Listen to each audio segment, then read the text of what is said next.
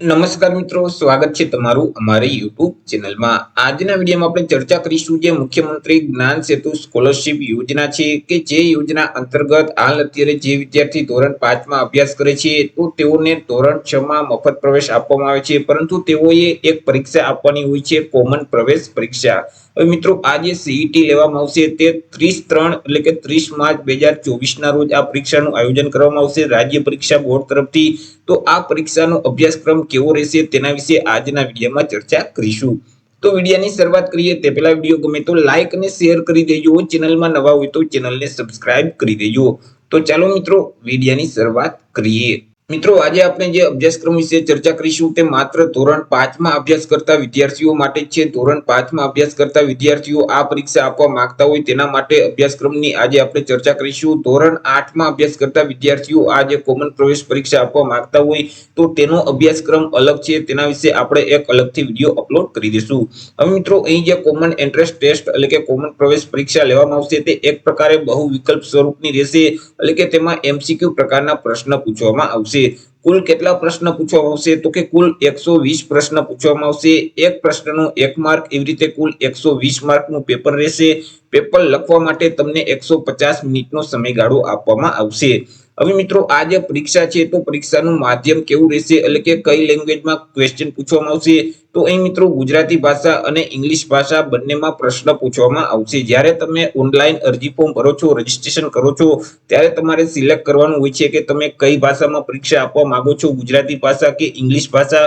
મિત્રો તમે જે ભાષા સિલેક્ટ કરેલ હશે ફોર્મ ભરતી વખતે તે ભાષામાં તમારે પરીક્ષા આપવાની રહેશે।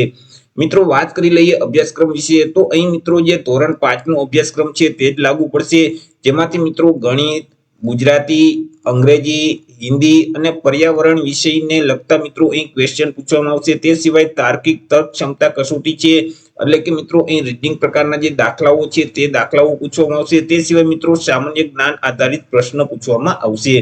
આપણે મિત્રો ગુણભાર જોઈએ કે કયા વિષયમાંથી કેટલા પ્રશ્ન પૂછવામાં આવશે તેના વિશે ચર્ચા કરી લઈએ તો કે અહીં મિત્રો જે તાર્કિક ક્ષમતા કસોટી એટલે કે રીઝનિંગ પ્રકારના જે દાખલાઓ છે તે કુલ 30 દાખલાઓ પૂછવામાં આવશે અને 30 માર્ક તેમના રહેશે।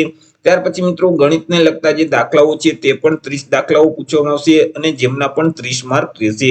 ત્યાર પછી પર્યાવરણને લગતા જે પ્રશ્ન છે તે કુલ 20 પ્રશ્ન પૂછવામાં આવશે કે જેમના 20 માર્ક રહેશે।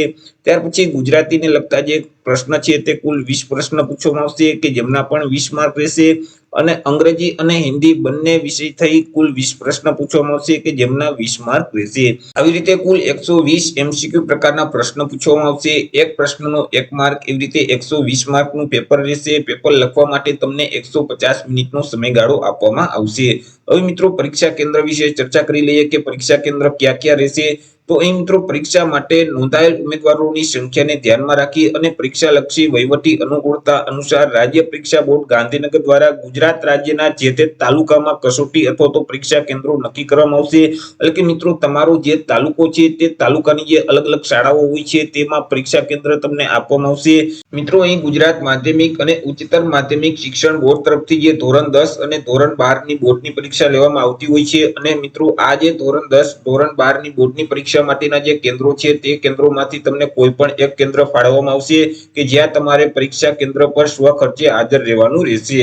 વાત કરી લઈએ પરિણામ વિશે એટલે કે મેરિટ વિશે તો આ પરીક્ષાનું જે પરિણામ છે તે રાજ્ય પરીક્ષા બોર્ડ પોતાની જે ઓફિશિયલ વેબસાઇટ છે www.acbexam.org તો આ વેબસાઇટ ઉપર પ્રસિદ્ધ કરશે એટલે કે અપલોડ કરશે, ત્યાંથી તમારે મેરિટ જોઈ લેવાનું રહેશે, પરિણામ જોઈ લેવાનું રહેશે। હવે મિત્રો શાળાની પસંદગી કેવી રીતે કરવામાં આવશે તેના વિશે ચર્ચા કરીએ તો આ કોમન એન્ટ્રન્સ ટેસ્ટના મેરિટના આધારે શાળાઓમાં પ્રવેશ આપવામાં આવશે। તેમજ મુખ્યમંત્રી જ્ઞાન સેતુ મેરિટ સ્કોલરશિપ યોજના છે તો તે યોજના માટેની પસંદગી નિયામક શ્રી શાળાઓની કચેરી દ્વારા જે નક્કી કરવામાં આવે તે મુજબ રહેશે। એટલે કે મિત્રો અહીં જે નિયામક શ્રીની કચેરી છે તો તે કચેરી તરફથી તમને જે તે શાળા ફાળવવામાં આવે તે શાળામાં તમારે પ્રવેશ મેળવવાનો રહેશે। તો ઘણા બધા મિત્રોની કોમેન્ટ હતી કે આજે પરીક્ષા લેવામાં આવશે તો પરીક્ષાનો અભ્યાસક્રમ કેવો રહેશે તો મિત્રો અહીં ધોરણ 5 કક્ષાનો જ અભ્યાસક્રમ રહેશે। ધોરણ 5 ના જે વિષયો છે ગણિત, ગુજરાતી, ઇંગ્લિશ, હિન્દી, પર્યાવરણ છે, તાર્કિક ક્ષમતા કસોટી છે, સામાન્ય જ્ઞાન છે તો તેમાંથી જ અહીં ક્વેશ્ચન પૂછવામાં આવશે। આશા રાખું છું વિડીયો પસંદ પડ્યો હશે। વિડીયો પસંદ પડ્યો હોય તો લાઈક અને શેર કરી દેજો, ચેનલમાં નવા હોય તો ચેનલને સબસ્ક્રાઇબ કરી દેજો। ફરી મળીશું એક નવા ટોપિક સાથે એક નવા વિડીયોમાં, ત્યાં સુધી જય હિન્દ, વંદે માતરમ।